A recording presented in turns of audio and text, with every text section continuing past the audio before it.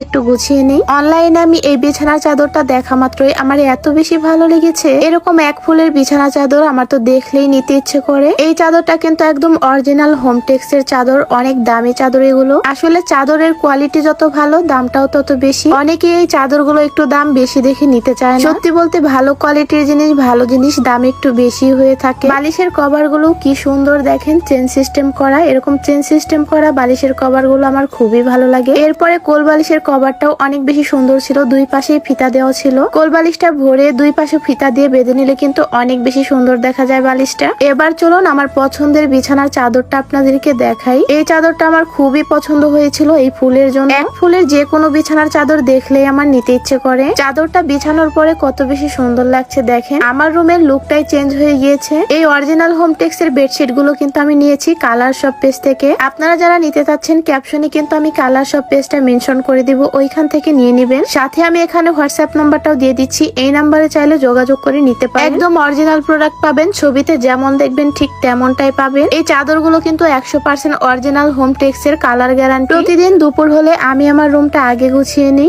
একদিকে রান্না বান্না করি, আরেকদিকে রুমে এসে একটু একটু করে আমার রুমটা সাজিয়ে গুছিয়ে নিই। কারণ বাড়িতে ছোট বাচ্চা কাচ্চা থাকলে রুমের জিনিসগুলো এমনিতেই এলোমেলো হয়ে যায়, আর গোছালেও গোছানো থাকে না। এই তো আমি আমার পুরো রুমটা গুছিয়ে নিলাম। কেমন হয়েছে আমার রুম গোছানোটা? আমার রুমটা কিন্তু আমি অনেক সিম্পল ভাবেই সাজিয়েছি। রুমটা যদি সাজানো গোছানো পরিপাটি থাকে, ওই রুমে কিন্তু থাকতেই শান্তি লাগে অন্যরকম। বিশেষ করে রুমে বিছানাটা যদি সুন্দর করে গোছানো পরিপাটি হয়ে থাকে, তাহলে রুমটা বেশি সুন্দর লাগে দেখতে। এই চাদরটা বিছানোর পরে আমার রুমের লুকটাই চেঞ্জ হয়ে গিয়েছে। এত বেশি সুন্দর লাগছিল, আমি তো চোখই ফেরাতে পারছি না। যাই হোক, এরপরে রুমটা গুছিয়ে